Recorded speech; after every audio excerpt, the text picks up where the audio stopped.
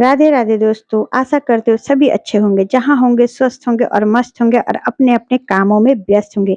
तो आज का ब्लॉग शुरू होता है हमारा सैर-सपाटा से। तो आप लोगों के साथ मैं शेयर करूँगी कि मैं कहाँ जा रही हूँ इस बारिश में, इतना बारिश हो रहा है उसमें भी हमें सैर-सपाटा सूझा हुआ है। तो एक्चुअली ये सैर-सपाटा नहीं, हमारा राशन नहीं था क्योंकि ये नया जगह है, मुझे इतना कुछ नहीं पता है। तो बच्चे बोले कि चलिए मम्मा विशाल तो सबको पता है, तो चलिए आज विशाल चलते हैं। वहीं से हम राशन वगैरह भी ले लेंगे और मेरी तबीयत भी ठीक नहीं थी, मैं जाना भी नहीं चाह रही थी, ऊपर से बारिश का मौसम था, तो मुझे बारिश में इतना बाहर जाने का मन नहीं होता है क्योंकि बहुत जगह-जगह पे पानी वगैरह भी जमा रहता है और टोटो-ऑटो का भी बहुत ज़्यादा प्रॉब्लम होती है और यही फेस भी करना पड़ा हमें। एक तो तबीयत खराब थी, इतना चलने का मन नहीं कर रहा था, पर हस्बैंड बोले कि तुम नहीं जाओगी तो फिर बच्चे भी नहीं जाएँगे, चलो ना मिलकर सब साथ चलते थे। कभी-कभी बच्चों की ख्वाहिश भी पूरी करनी होती है ना, इसलिए चलिए मैं भी बाद में रेडी हो गई और निकल गई अपने घर के गलियारे से। काफ़ी देर वेट करने के बाद हमें मिला ये टोटो। टोटो पे हम बैठ गए और बैठकर अपना जाने लगे जहाँ पे हमें जाना था राशन वग़ैरह लाने के लिए। मुझे लगा कि ये बड़ा पास में है, पर इतना भी पास में नहीं था। ऑटो हमें बुक करके जाना पड़ा मतलब थोड़ा दूरी है ये हमारे घर से और ये मेरी भतीजी है जो कि हमारे पास अभी जस्ट घूमने के लिए आई हैं। फर्स्ट टाइम मेरे घर वाले मेरे पास कहीं आए हैं क्योंकि काफ़ी दूर-दूर हमारे घर से पोस्टिंग रही, तो हमारे घर वाले कभी हमारे पास आ नहीं पाए। तो यहाँ पे आई हूँ ना तो भतीजी पहले छोटी वाली भतीजी भी 2-4 दिन रह के गई थी। अभी बड़ी वाली भी इस एग्ज़ाम खत्म हुआ तो बोली बड़ी बुआ मैं आपके पास आऊँगी। तो हम बोले ठीक है आ जाओ क्योंकि आज तक तो बच्चे हमारे पास कभी रहे नहीं, तो फर्स्ट टाइम बुआ पास में आई है तो चलो ठीक है, अच्छा लगता है ना। फिर ये आ गए हम और बड़े-बड़े शहरों की ना दोस्तों बड़ी-बड़ी बातें होती हैं। बहुत बड़ी-बड़ी इमारतें हैं यहाँ पे, बहुत बड़ी-बड़ी इमारतें हैं। हर जगह पे मतलब फ्लैट, फ्लैट, फ्लैट है और इतनी भीड़-भाड़ इलाका में, इतनी भीड़ है लोगों की, इतनी बड़ी-बड़ी इमारतें हैं, पर एक-दूसरे से सब काफ़ी दूर हैं। बड़े-बड़े शहरों में शायद ऐसा ही होता है कि लोग तो बहुत दिखते हैं, पर आपके करीब कोई नहीं दिखता है, आपके पास कोई नहीं दिखता है। ऐसा ही होता है ना कि खाना तो पास में रखा हुआ पर खा नहीं पा रहे, मुझे तो ऐसा ही लगता है। और आप लोगों से बातें करते-करते मैं आ गई विशाल में। और ये रहा विशाल की एंट्री, ये है दमदम का विशाल, तो जो वेस्ट बंगाल में होंगे उन्हें तो पता ही होगा कि ये कहाँ पर है।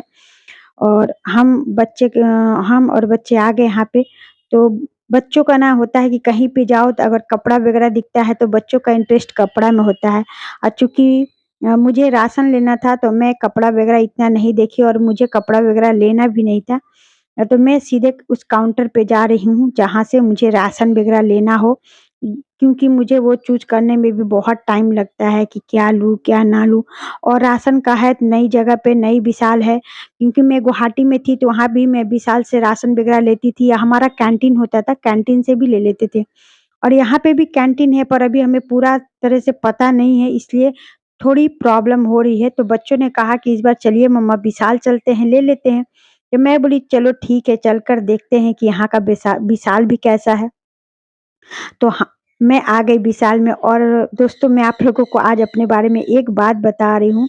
एक मैं आवाज़ डाल रही हूँ ना साउंड जब वॉइस कर रही हूँ तो ओवर वॉइस कर रही थी यहाँ पे पक्षियों की आवाज़ कितनी आ रही है ना, मुझे बड़ा अच्छा लगता है। यहाँ भी मुझे पक्षियों की आवाज़ बहुत आती है। जैसा कि मैं गुवाहाटी में थी तो वहाँ भी पक्षियों की आवाज़ बहुत आती थी। तो यहाँ का मुझे ना बर्तन से बड़ा लगाव है। मुझे किचन का जो भी बर्तन टूल्स है ना, उन सब से बहुत लगाव है। तो मैं जब भी कहीं मॉल वगैरह जाती हूँ, जहाँ बर्तन वगैरह मैं उसी काउंटर में चली जाती हूँ कि मुझे कपड़े का इतना शौक नहीं जितना मुझे बर्तन की शौक है।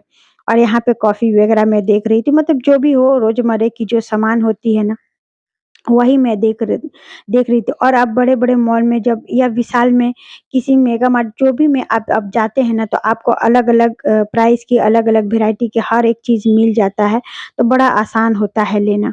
ऐसे घूम-घूम के और मैं देख रही थी कि मुझे और क्या लेना चाहिए, बस मैं उतना ही लेना चाह रही थी जितना मुझे ज़रूरत था। क्योंकि अभी-अभी हम जस्ट पोस्टिंग आए हैं, तो आप समझ ही सकते हैं कि जो इस लाइन में होगा उनको पता ही होगा कि थोड़ी प्रॉब्लम होती है उस टाइम। तो और इसी बीच मुझे ना चक्कर जैसा आ गया, तो मेरे हस्बैंड वहाँ पे एक स्टूल रखा हुआ था, उस पे मुझे बैठा दिए और बोले कि तुम थोड़ी देर के लिए यहाँ बैठो, और वो पानी लाने के लिए चले गए। फिर वापस हम वहाँ से निकलने के लिए आए और मेरे हस्बैंड दवा ले लिए। ऐसे फार्मेसी से दवा लिए और मोमो बच्चे लिए थे खाने के लिए, तो बोले कि तुम भी 1-2 मोमो इसमें से खा लो और दवा खा लो, थोड़ा रिलैक्स लगेगा तुम्हें। फिर मैं दवा खाई 1 मोमो खाने के बाद, और काफ़ी बारिश के वजह से ना दोस्तों काफ़ी रोड पे मतलब पानी जाम, कीचड़ बहुत ज़्यादा था। तो यही देखते-देखते हम लोग अपने घर की तरफ रवाना हो रहे थे, और राशन वगैरह भी हमने काफ़ी ले लिया, और बच्चे 1-2 कपड़े भी जो उन्हें पसंद था 1-2 ऐसे करके उन्होंने भी ले लिया। फिर मैं घर की तरफ हम लोग चल दिए, और आते-आते हमारे घर में लगभग 10 बज गया था। मैं अपने कॉलोनी के ये व गलियारे में आ गई, और यहाँ से हमें पैदल ही जाना होता है, क्योंकि हम थोड़े अंदर में रहते हैं, हमारा जो रेंट हाउस है वो अंदर के साइड में है, तो हम यहाँ से चल रहे थे, और यहाँ पे तो कोई दिख नहीं रहा था, और आप लोगों से बातें करते-करते मैं आ गई अपने घर। तो आशा करती हूँ कि मेरा ये ब्लॉग आप लोगों को अच्छा लगा होगा। अगर मेरी ये ब्लॉग आप लोगों को अच्छे लगे दोस्तों, तो लाइक, शेयर और सब्सक्राइब ज़रूर कीजिएगा मेरे चैनल को। और आप देख ही सकते हैं काफ़ी सामान हमारा आ गया है राशन का, जो कि मुझे चाहिए था। तो मिलते हैं अगले ब्लॉग में, बाय बाय।